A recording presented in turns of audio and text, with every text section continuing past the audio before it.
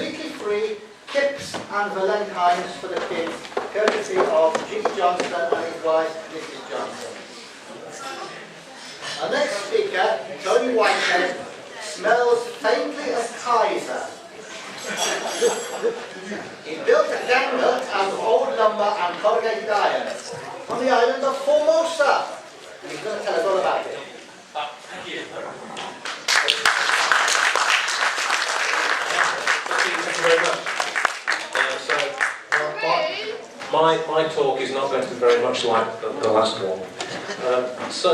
Yes, Tony Whitehead, I work for RSPB down in Exeter, southwest. I do our press work for us, and I've been a conservationist for 25 years. Never worked for anybody else apart from the RSPB, which probably makes me unemployable anywhere else as well. However, nature conservationists, as a bunch, are often pretty darn gloomy.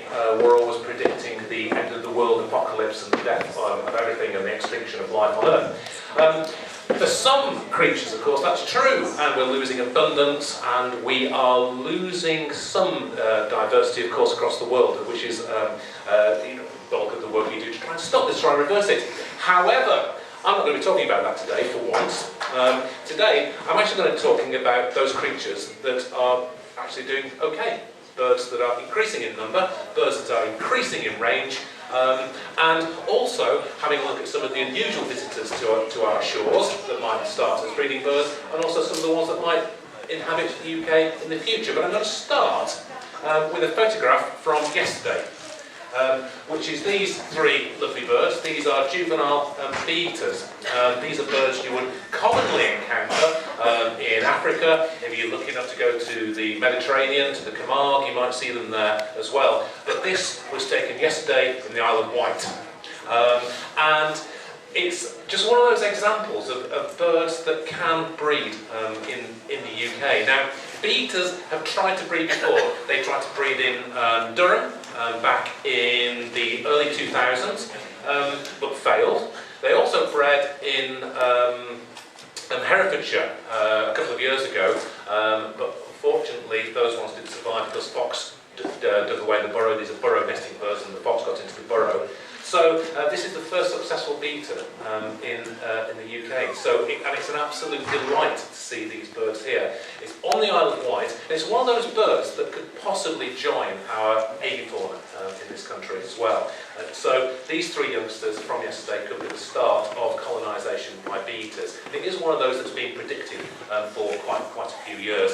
And what a creature that will be. And it's one of those birds that you often see photographs of them in books, but when you see them in real life, you go, oh, I didn't realise they were that small. Because they are actually quite small birds, bee-eaters. And some of you, I'm sure, have been lucky enough to see them. But that's going to be about the most colourful addition to the British bird list you're likely to come across. So let's fingers crossed that these three do okay, come back next year, maybe bring others with them. So that's bee-eater. But colonisation, so what we're looking at with bee-eater there this year, you might have experienced in 1952 with another creature, which is this one.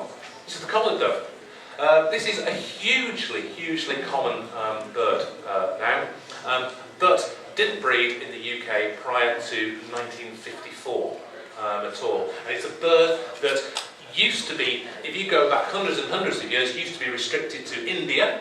And it started its expansion in range, something, often we don't know why these birds start to expand in range, but they do. They started to expand out from India, arrived in Turkey in the beginning part of this century, and then there was a huge, massive explosion in the population, and the birds started to move north and west, and eventually arrived in this country in the 50s. The first breeding was actually in Lincolnshire in 1952, but that was suspected to be from escaped birds from collections. So nobody's quite sure, but the first proper breeding of this bird was in Cromer, in somebody's garden in 1955 over in Norfolk. And since then, since those birds, these have now become extremely common, and you'll see them around Hartland here today. But it's just one of those, if you think about the bee-eater, you might be thinking about the collared dove in the same way. So a reasonably new colonist to the UK. And another one of those classic really small brown birds is Chetty's warbler. And Chetty's warbler, again, like the collared dove, a colonist, but a much more recent colonist.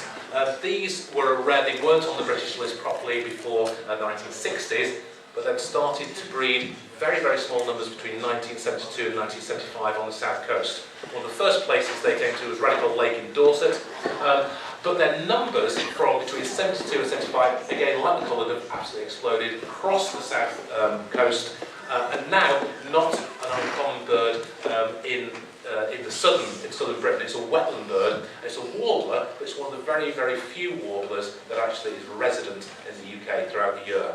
And of course, you'll all know the other one, Dartford warbler.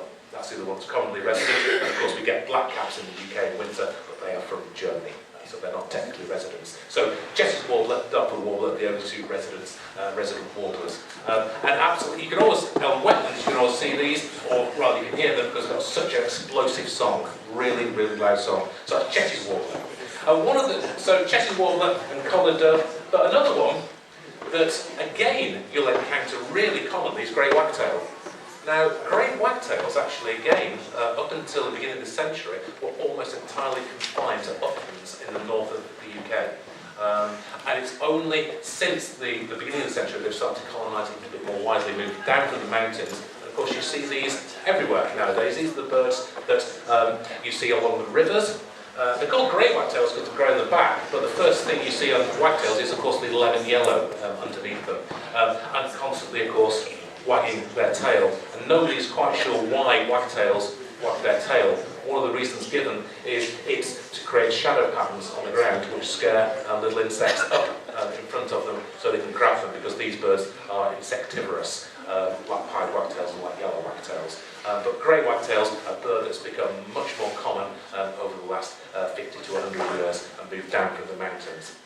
Now, another bird that, again, if you go back to Victorian times, this would have been quite a rarity, but one you see absolutely everywhere nowadays, is tufted duck. Tufted duck is a diving duck, male at the top, female at the bottom. It's a diving duck, and in Victorian times they started to come into the country in small numbers. And it's thought there is a link. These diving ducks need mussels, and one of their favourite mussels is a little mussel called a zebra mussel. And zebra mussels started to appear, the first one was found in London docks in the 1840s, and zebra mussels spread around the UK. And it's thought that the tufted duck actually spread at the same rate as zebra mussels, and followed them, basically, and they started to become a lot more common.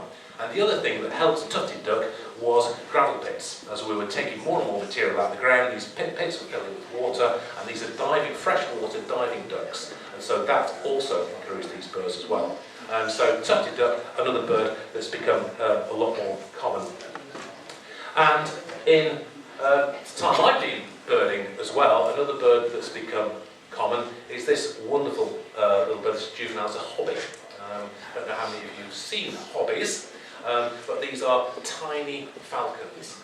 They stand probably about that big, so tiny falcons, like miniature peregrines, and they're migrants. They come here in the summer.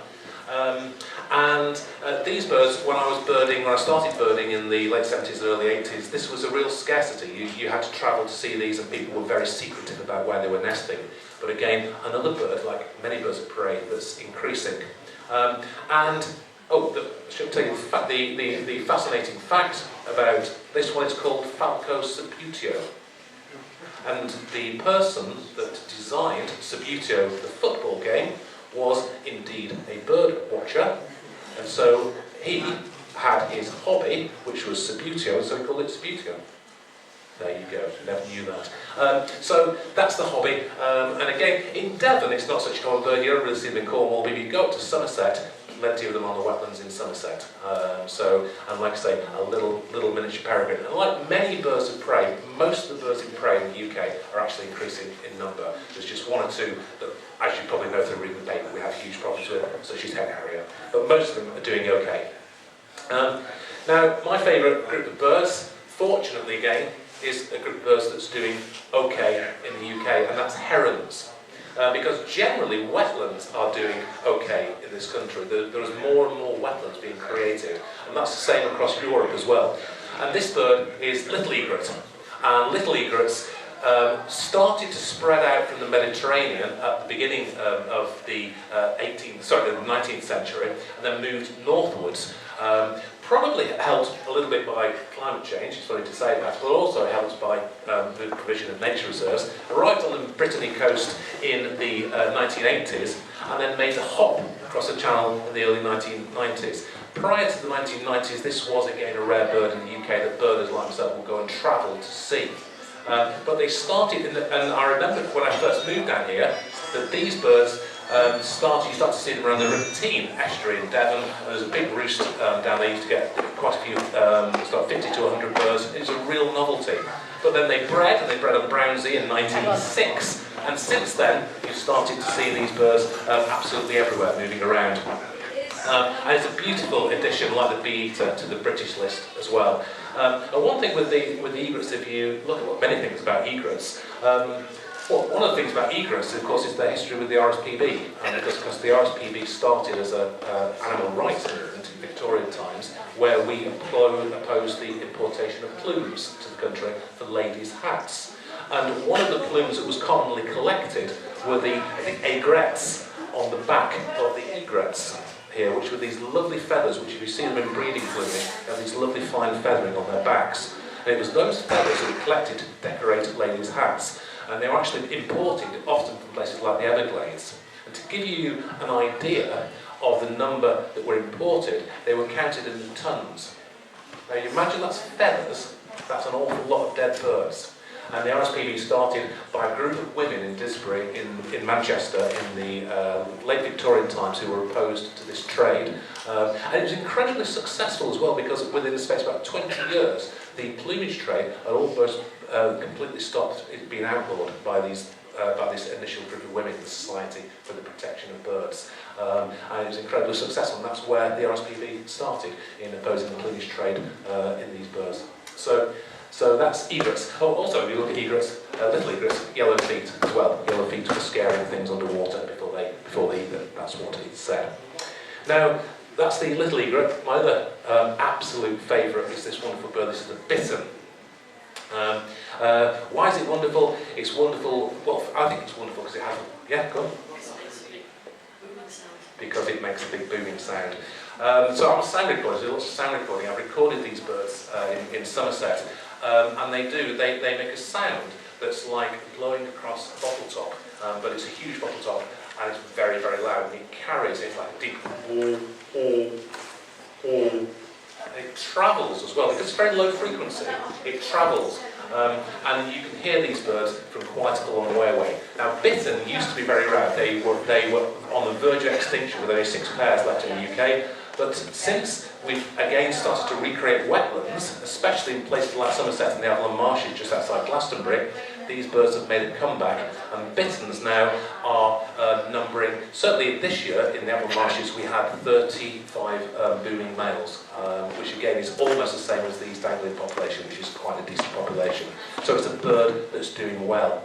The other thing I should say about the boom as well, it's only the males that boom to declare their territory. And to do that boom, they actually have to pack on muscle around their throats to produce the boom, which they do early in the breeding season. So they have to actually work out first before they can do the boom there in their reed beds. So that's bittern. Now, one of the most surprising birds that we had up in Somerset was, a few years ago, was this little chap here. This is little bittern.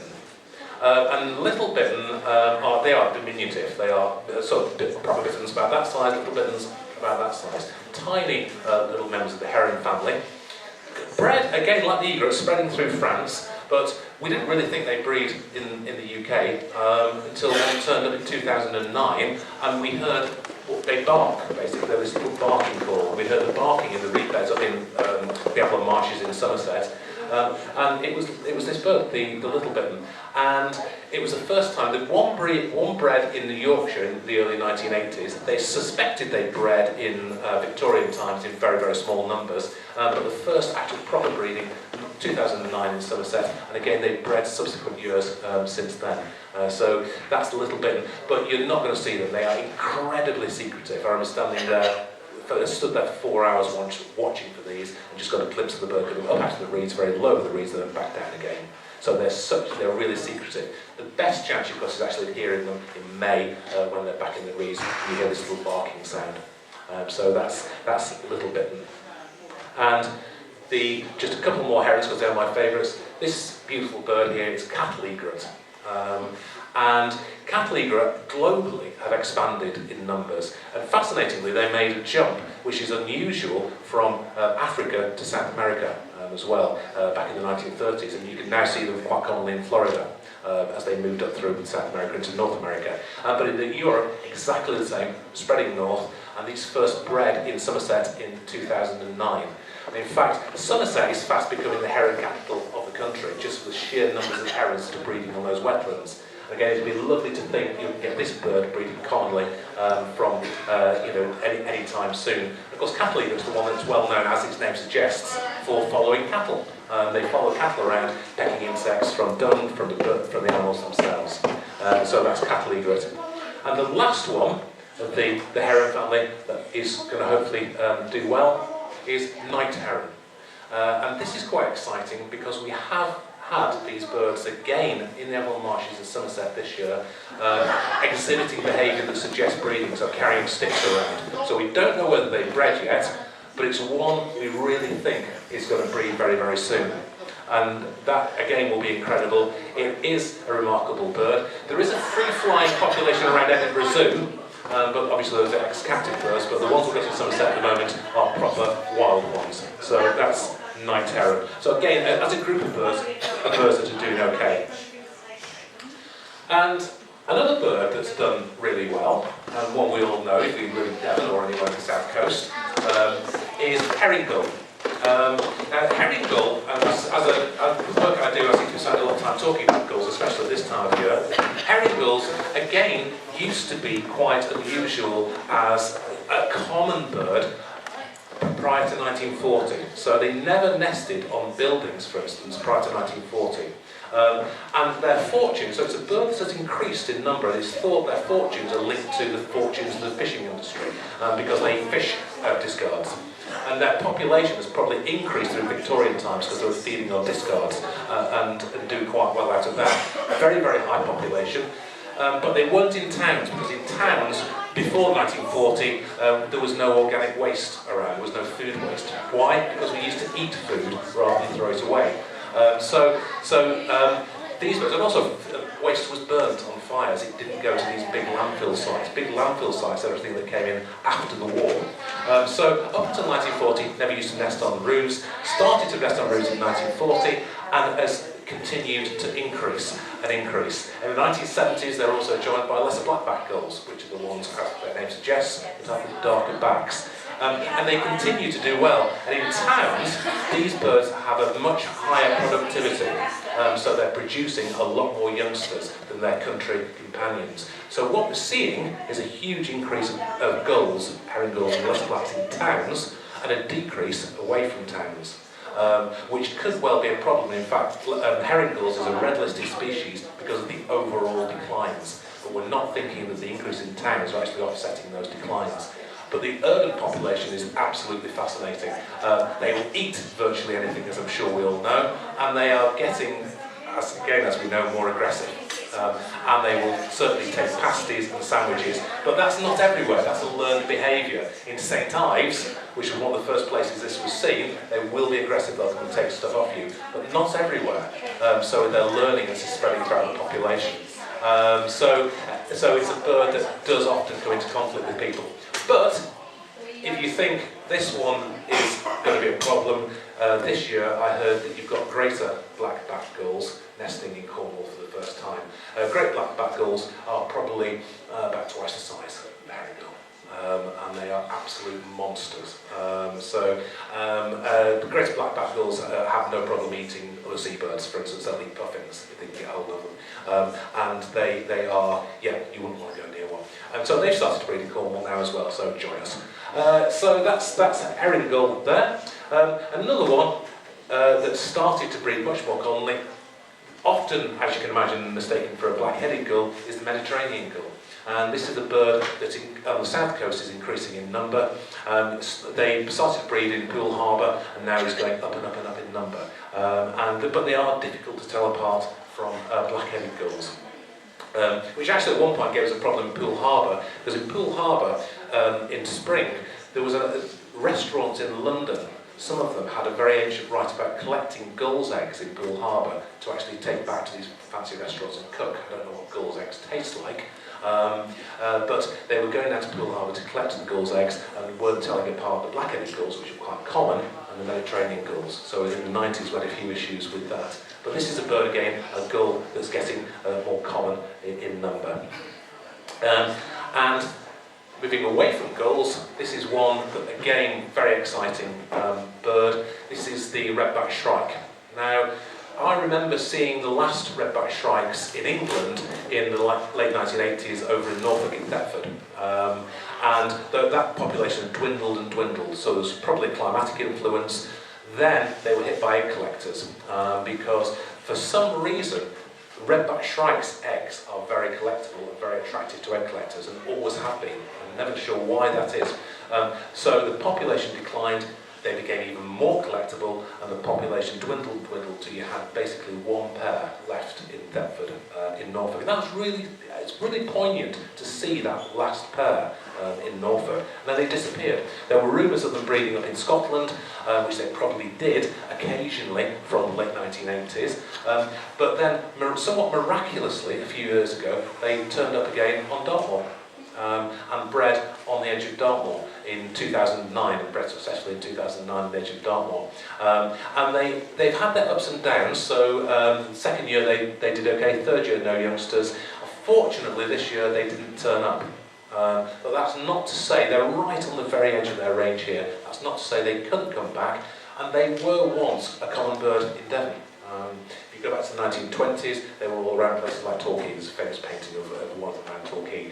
Known as the butcher bird, as you probably know, this is a bird that goes and collects small creatures, small mammals, and will store them. Again, so one of the things that's known about shrikes is they store them by putting them onto spikes. So we go onto barbed wire fences or onto blackthorn as a larder, and then come back for them later. And it was, a bit gruesome but delightful to see this with the Dartmoor birds when they were here.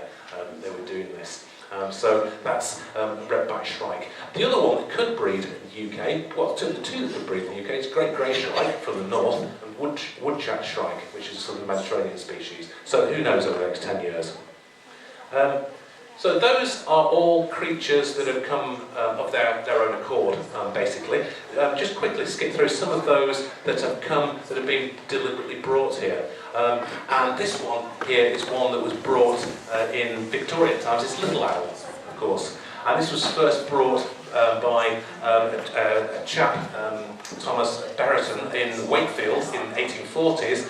That was unsuccessful. He brought birds back from Rome in the 1840s and released them into Wakefield. And they were brought back to control mice and vermin in kitchen gardens. But they didn't do very well to start off with, but then later in Northamptonshire, towards the end of Victorian times, they were released and it was successful, I think just because of the sheer numbers of these birds that they were putting out, and the population expanded from there. But it is, and we see them today, we see them in Devon, not as common in Cornwall, but we do see them in Devon, but it is a bird that you've always got to remember it's an introduced bird, it's not a native bird of the UK. So its natural range is over in Europe and going eastwards.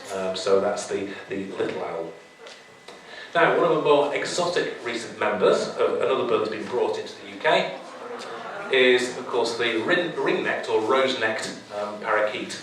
And these birds, there have been free-flying parakeets recorded back to Victorian times. But they didn't really start establishing themselves until the 1960s in and around London, Kent and Surrey.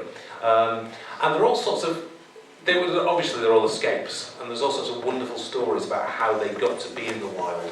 There was a story when they'd finished filming The African Queen at Shepperton, the doors were opened and the parakeets that were in the film were let go. So they all came from The African Queen. Our favourite story, though, is that Jimi Hendrix released them. on Carnaby Street in the 1960s, and that's where the breeding. I like to think that that is probably the case, that Jimi Hendrix was responsible for the huge numbers of parakeets you now see in and around London. And of course you can't go to London parks, or indeed anywhere around London, without hearing them. They're all over the place. And interestingly, that could be a problem as well, because they're hole nesting species, and it's thought they could be ousting things like green woodpeckers and great spotted woodpeckers from their natural nesting sites. So the court is out on whether they're actually a problem or not. I'd like to think not, because I quite like the idea of parrots, but they are, there could be an issue with them. And also, they're one of the few bird species in the UK that breeds in the middle of winter as well. Which again gives them an advantage because they're able to nest in those nest holes much earlier than other creatures, so they occupy good space earlier. So that's parakeets. So I heard the last count was 44,000. Oh, it's huge. Yeah, it's huge, huge numbers. Interestingly, so a little aside with those as well. There's another bird, monk parakeet. Now, monk parakeets, these colonial parakeets, and they breed. There's a few breeding places in I think it's Hertfordshire, and DEFRA are trying to actually get rid of those birds. But there used to be a breeding colony in Tiverton as well for quite a few years, but that just naturally died out. So obviously parrots are tropical, subtropical birds, and cold winters don't do them very much good. So the monk parakeet is one that's not fared as well as the rose-necked or ring-necked parakeet. They're African and I think Asian as well. So, ring-necked and rose-necked is the same name.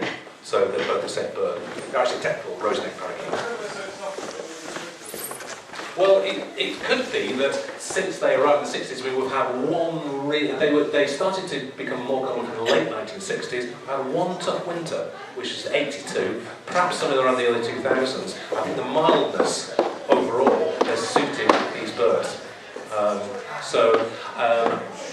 Whereas the ones like the Tiverton ones, maybe they're not quite as adaptable. And also, with these species as well, there's a thought about genetic adaptation to them as well, that they're able to occupy different spaces. And one example of recent genetic adaptation is a kittiwake, cliff nesting bird, has recently taken to nesting on sand dunes in Denmark, which is a complete change of habitat. You also get a dotterel nesting on lowlands in the Netherlands as well, which these are montane birds from the Arctic. So there could be some genetic changes going on with these birds, enabling them to occupy new space.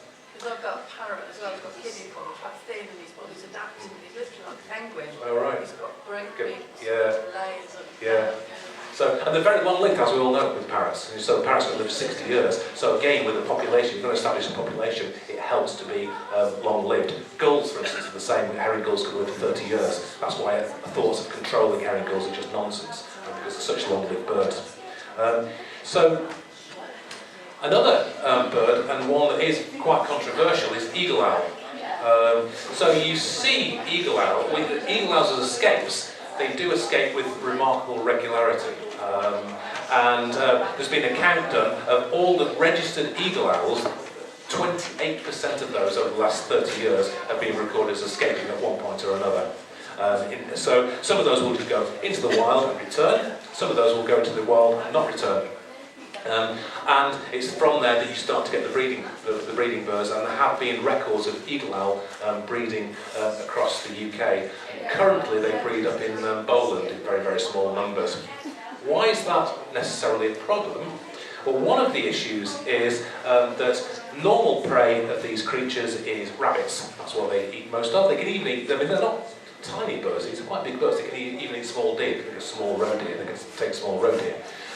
So they mainly eat mammals, but they also will take other birds and other birds of prey as well. So they'll take goshawk, for instance.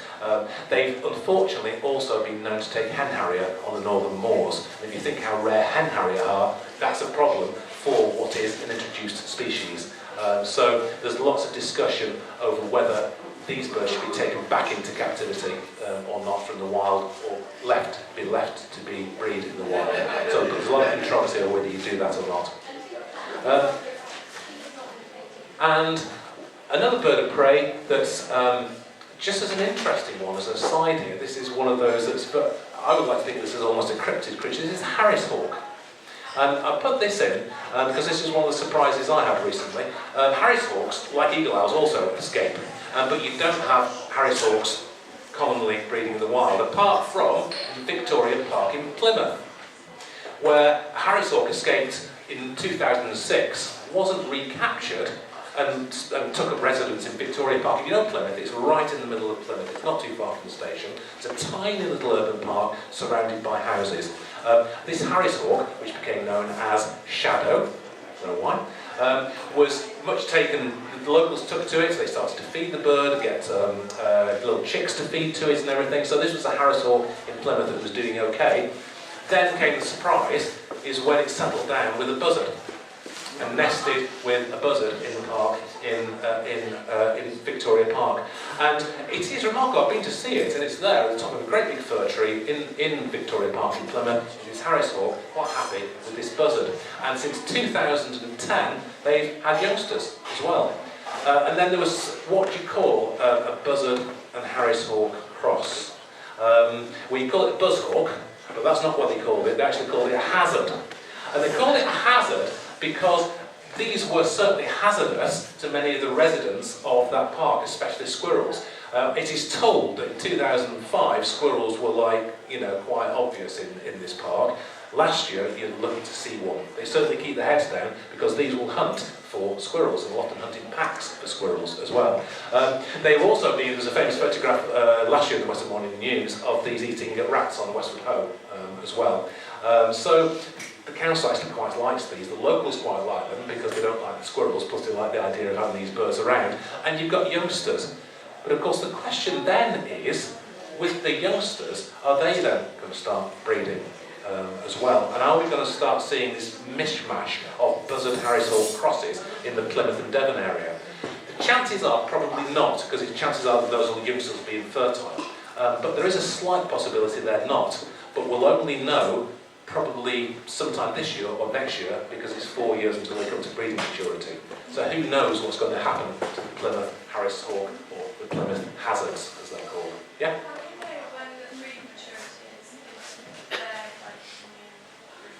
It's from captivity, so they've crossed buzzards with Harris hawks in captivity before. Yeah, so this is wild. Yeah? You know, when you were talking about the eagle owl, it was taking out other hunters. Was it doing that deliberately to get rid of competition? Yeah, no, they've been brought in as pets, basically. So I don't think they've ever been used as pest control, but they were brought in as pets. They were often brought in from India in Victorian times, but kept in, but it's the ones there that actually escape. Are they doing that naturally rather than like hunting for pigeons and stuff? Are they taking out like competition in their environment? Well, yeah, that's right. So they are, yes. And it's the issue with goshawk and sparrowhawks and hen harriers is that they are a problem in those areas because they are absolutely. So they're not native to that area. Those birds haven't had to cope with eagle owls before, and so it's a real problem. Especially for hen harriers, which is so rare, of course. There's film of the eagle owl actually dropping onto a hen harrier nest from one of the nest cams that's been out there. But it's still, the argument about whether you release them, whether you take them back into captivity or not, all depends on whether eagle owls are native to this country. Now, the archaeological record suggests that thousands and thousands of years ago, there were bone remains from the lake villages, from the Mere Lake villages. But not since then. And also, there's no folklore about eagle owls in this country. You would have thought there would have been folklore about eagle owls, but there's nothing. So the chances are that eagle owls are not native to the UK, and therefore, if you wish to, you can bring them back into captivity. Do you think that there's been stories about golden eagles flying across the Yeah, and that depends on one thing, and that depends on stopping bird of prey persecution. Basically, so eagle owls, golden eagles have nested in the Lake District on occasion, and they could spread southwards to there. Sea eagles nested in Victorian times in the southwest, so they nested at Lundy. That was the last eagle in the southwest, was over at Lundy. So you could have golden eagle, probably not golden eagle in the south because they're such a montane species, but sea eagle, again, there's no reason why you couldn't have sea eagle back on the south coast. The RSPB did try to suggest sea eagle introduction in Norfolk, but where the farming community didn't want to go anywhere near that because, of course, sea eagles can on occasion harry and worry stock. A lot of that is myth, but the issue is there. So, Is it a bi-generic hybrid? It's the same genus? sorry? Oh, it's so they're both buteo. They're both in the same family. Oh, right. So, Family, genus? sorry, they're buteo, so it's a family name, so it's the same family. Also, my friend actually had two hybrid falcons. They did actually breed. Those eggs are sterile. They had one, which did hatch, but it had learning disabilities and it kept getting Right, lost. So yeah. keep it at home like a parrot. Yeah, and the other thing with the Harris hawk is, if I remember this correctly, they produce slightly more females than males, and females are less likely to be fertile. So that again weighs against the idea of getting a wild population from the progeny of these two birds. So, sorry. So, buteo is a genus in the family. So buteo is the buzzard. I don't know what Harris hawk is in Latin. No, but I say, it's not a bi-generic hybrid, it's within the same genus. Yeah. Right. Yeah. So, last bird of prey. This one, another bird that's doing incredibly well. I put this is red kite. Now, red kites, again, when I was birding in the 80s, incredibly rare bird confined to Wales. Very, very small and dwindling population in Wales. But a bird that's been reintroduced to central England and reintroduced to Scotland, and of course, as we all know, doing incredibly well. If any of you go anywhere near the M5, the M40, or even on the train into London through Reading, you're likely to see red kites nowadays. And which again is absolutely brilliant that they're regaining this range, because they were common birds, and they were common birds here in Devon, Somerset as well. And some of the place names on Exmoor, there's Kit Hill, which is Kite Hill. Where they would have bred. So it's a bird, but it's interestingly, we're still waiting for it to colonise the southwest properly. So you get birds, they breed in Wiltshire, but as yet they don't breed in Somerset or Devon. But I think it's only a matter of time before we start to see kites as a common bird here in the West Country. We have ravens down the east coast. Yeah. Given the distance between the north and the south. Yeah, ravens, a bird that's doing incredibly well. And again, the bird's population is really increasing. Here on Dartmoor, it used to be scarce, but now very, very common. So it is again one of those birds that's expanding its range. You're getting more and more cliff nesting birds moving along the coast. So it's always lovely to hear ravens, though. Again, when I was a young bird, you never used to see them or hear them, but now you hear that rum call of the ravens that are flying around. So another coastal cliff bird that's moved to Sussex is Fulmer, of course, which was a rarity back from the 1920s.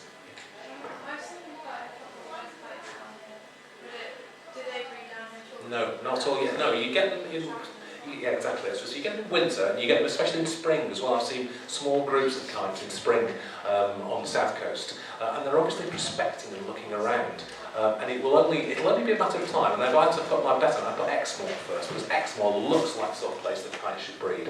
But they'll be here eventually, and that's going to be brilliant. I'll have to look in the paper on eagle owls that I've got over there. It's very small, it's not a huge number, and it varies from year to year. So Bowland, there's been one in Yorkshire, there was one in southern England, but I didn't know where that was. So it's just very small numbers. Sorry?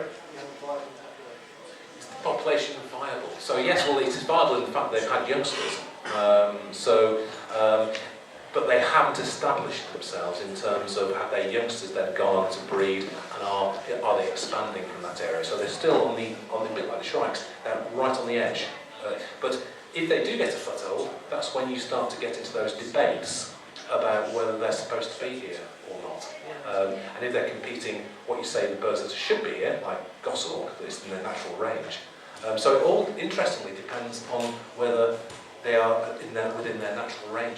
They caught the escaped in Exeter yet?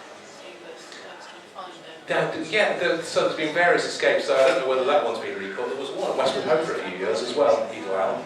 So I remember when we used to work in Birmingham, there was one in Smethwick that lived at the town hall. But they do tend to get quite a few of them back into captivity. So I'll look at that number about how many there are actually in the UK. So, just quickly, a couple of ones now to finish off with are birds that have been deliberately reintroduced. And there's a couple of really exciting ones, I think. One is the great bustard. This is a bird that used to breed in the UK up until probably the early Victorian times. I think the last breeding records were from Yorkshire. And the great bustard, there's been numerous attempts actually through the 80s to try and bring bustard back. I think before that as well, but there's now the Great Bustard Group and a project that the RSPB is involved with in getting these birds back onto Salisbury Plain. It's a really difficult bird to work with, there's no doubt about that. And the success to date has been limited. So the project has been bringing birds from Russia, and these are birds that would otherwise have been flattened by combine harvesters, basically, or agricultural machinery, and they've been allowed to go to the farmers over there and get the eggs before they would be otherwise just trampled under the farm machinery. And those are the eggs that have been brought back and raised. But recently, this year, was switched to a different stock, because the Russian birds had issues in the fact they were vaguely migratory, and they would migrate and then not come back to Salisbury, basically, which obviously is a bit of a problem. So they've recently switched to the Spanish population, which is quite sedentary, and currently there are around about a dozen Spanish birds on Salisbury Plain, youngsters that I'm told are doing really well, plus about 9 adults. So they bred once in the wild from that project, but it's to be hoped that over the next few years they do breed and they start to set up a population.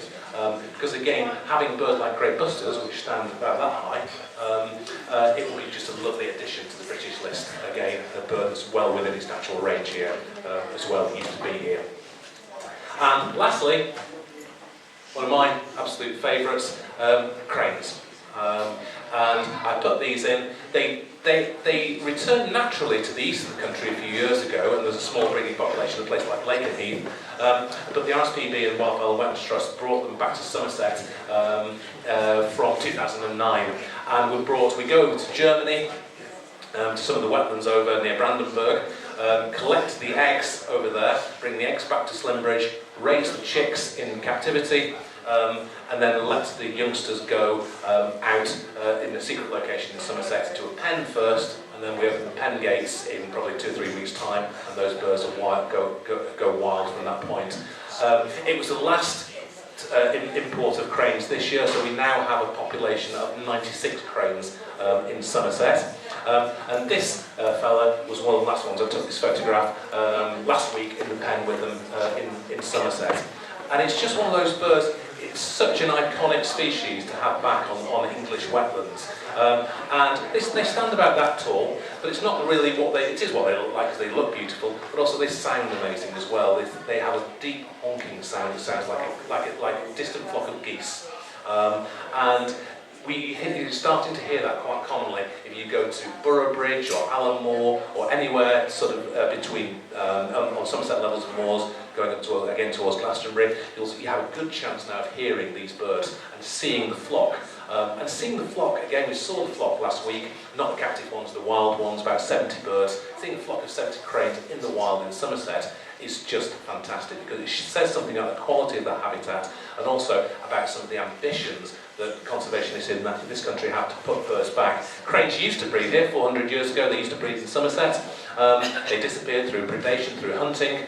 But again, now you've got a chance of seeing these birds back in the UK. When you've got a population you're releasing, at what stage are you sort of in the clear with regard to the structure of gene Well, so with the cranes, that's quite a large population with 70 there. And the first breeding, they did try to breed this year but got predated. So the big issue we've got is predation at the moment. But with that number, they've got to learn behaviour to defend themselves against that. So there should be enough within that to prevent inbreeding. Well, it's hardly enough, isn't it? As much as if you have to leave them alone to breed, you have to hope that X and Y, who are virtually invisible, Who are a relative, yeah, that's right. Yes, you do. Well, that's one of the interesting things with it. Once those birds leave the pen, they're wild birds, so you have to treat them as wild birds and leave them to it, which does give us some dilemmas, because at the moment we've got a crane that's got a very damaged leg on Somerset levels. And of course the dilemma is what the human inside you wants to go and bring it back into captivity and fix it. But Also, as a project, you're thinking, well, that's a wild bird now. Should we, ethically, bring that wild bird back into captivity and fix it? The court is still out on whether you do that, but yeah, once those gates are open, you have to let those birds go and trust. And it's the same with the predation thing as well. You've got to trust that they will learn to deal with predators, because they're birds that, in their natural place in Germany, can deal with foxes. It's a lot of trust at this point. I found this database from the Bodleian Library in Oxford, which is called collect all these letters from naturalists in the 17th century. And there's a letter about a crane, near, I think it's Wiltshire actually. We're talking 1600 or something. Yeah, that's right. So they would, and they were on menus as well. Because we know a lot of what we know about the avifauna in this country comes from medieval menus. So yes, they were eaten. And one last fact I'll give you. I love this fact about cranes. If you look at cranes' feet, like all birds, they've got three branches to them, very clear. The Latin name for crane is grus. And the foot of the crane, therefore, in French is the pedi, as in pedis and walk, foot, pedis of the grus, the pedigree. And that's where you get the word pedigree from. I'll leave you with that fact. Thank you very much.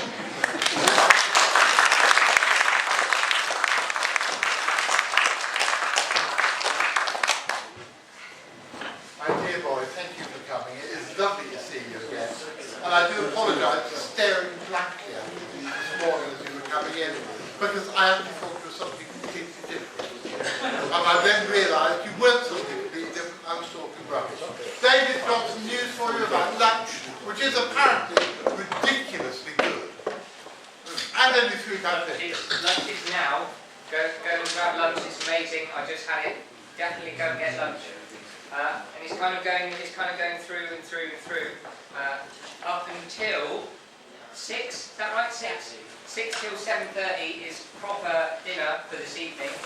But after that, there is still going to be there's cake and tea and coffee and all that sort of thing. You see an amazing selection of cake in the little marquee. But after 7:30, all your leftover pasties, cake, tea, and coffee, all that sort of thing will be in the bar. So you can still eat after 7:30 if you want to, but at 7:30 it's in the bar, not on the lawn. Now, can every member of the younger generation, that's you, Roseanne.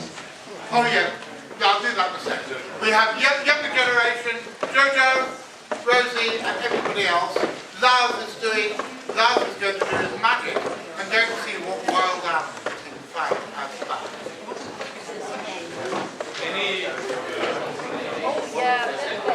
Okay. Any one of a childish disposition, if they want to go for a little nature walk around the back garden, we will start outside of the back in about 5 minutes time and see what we can find. And now we are, David, put the CFZtv video on, and now we have some music and visuals for those of you who don't want to go out and eat, who don't want to go on the nature walk, and it is one of the incomparable Martine who actually has, there it is up there, where the boys and girls, Martin, we have Martin, that's him up there, and he has CDs to sell around the back. Greg? Like I said, it was a Monty Python films.